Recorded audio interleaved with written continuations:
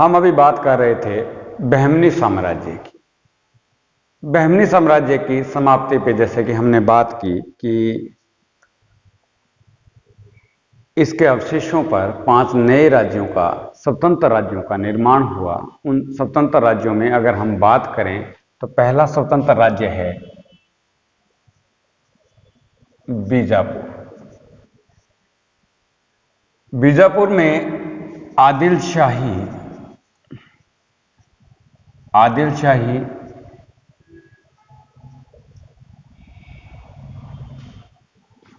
राजवंश ने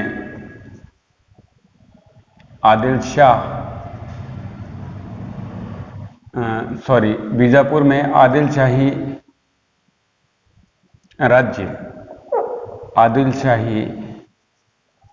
राज्य की स्थापना 1489 में यूसुफ आदिल शाह ने की।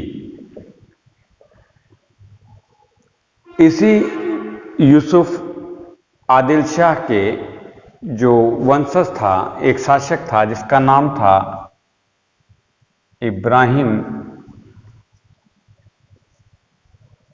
आदिल शाह। इसने इन्हीं 5 राज्यों में से एक राज्य था बीदर को अपने राज्य में मिला लिया।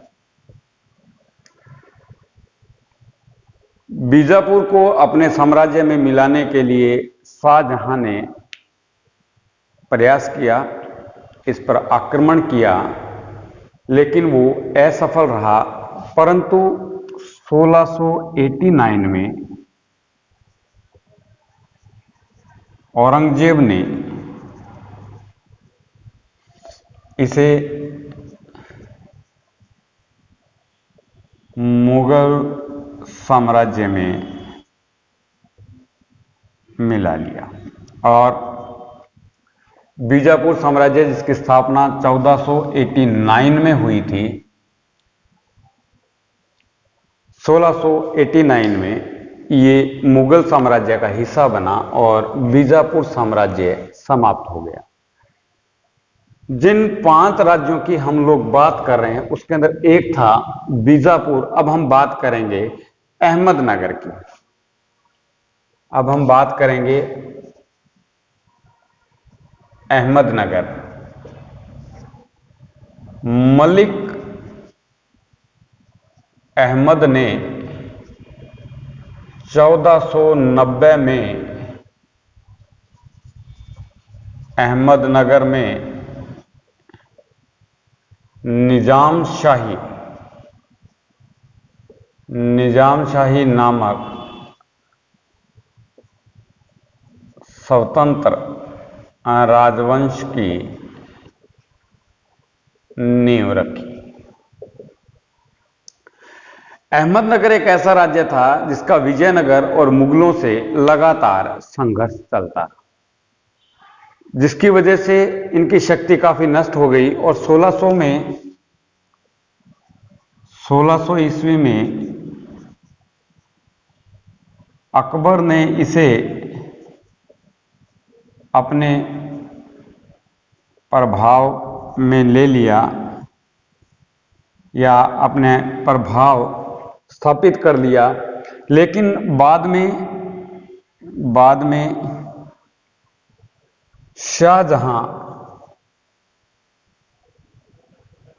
शाहजहां ने इसे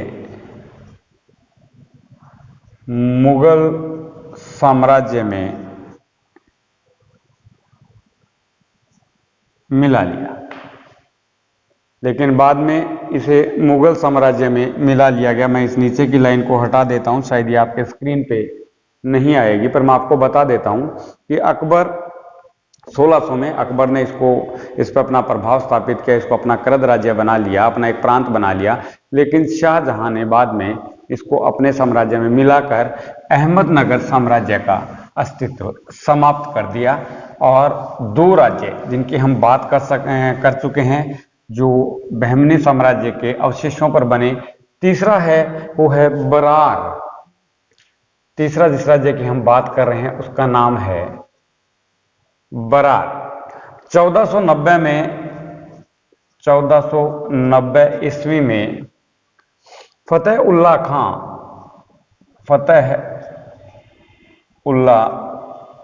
खां इमाद उल मुल्क ने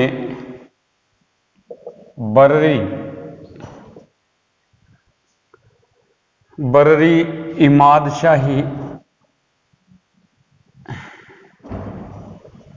राजवंश की स्थापना की और बरार राज्य एक नया स्वतंत्र राज्य उभर कर आया। ये राज्य ज्यादा समय तक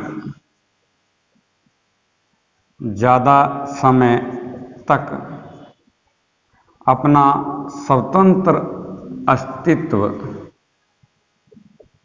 बनाए रखने में असफल रहा। 1574 में 1574 में इस पर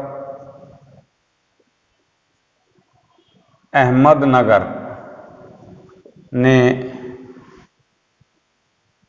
अपना आधिपत्य स्थापित कर लिया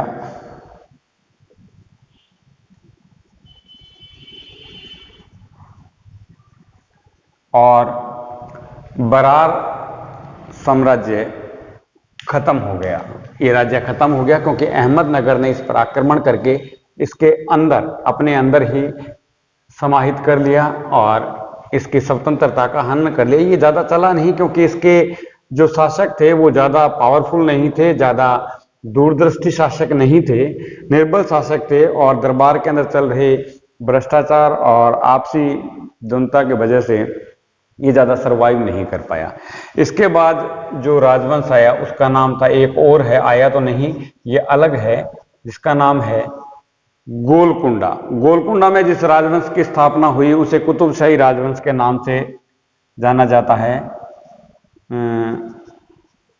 गोलकुंडा में जिस राजवंश की स्थापना हुई वह इतिहास में कुतुबशाही राजवंश के नाम से प्रसिद्ध है। इस गोलकुंडा राज्य के जो संस्थापक था उसका नाम था कुतुब शाह। इसका संस्थापक कुतुब शाह था और बाद में औरंगजेब ने गोलकुंडा को अपने साम्राज्य में मिला लिया और गोलकुंडा साम्राज्य समाप्त हो गया। जो चार हम बात कर चुके हैं, बीजापुर, अहमदनगर, बरार और गोलकुंडा। अब हम बात कर रहे हैं पांचवें राजवंश की। उस राजवंश का नाम है बिदर। इस राजवंश का नाम है बिदर राजवंश। बहमनी साम्राज्य के जो शेष बचे हुए भाग थे उन पर कब्जा करके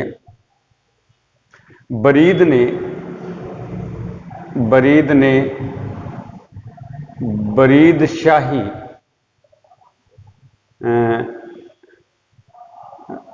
राज्य की स्थापना की।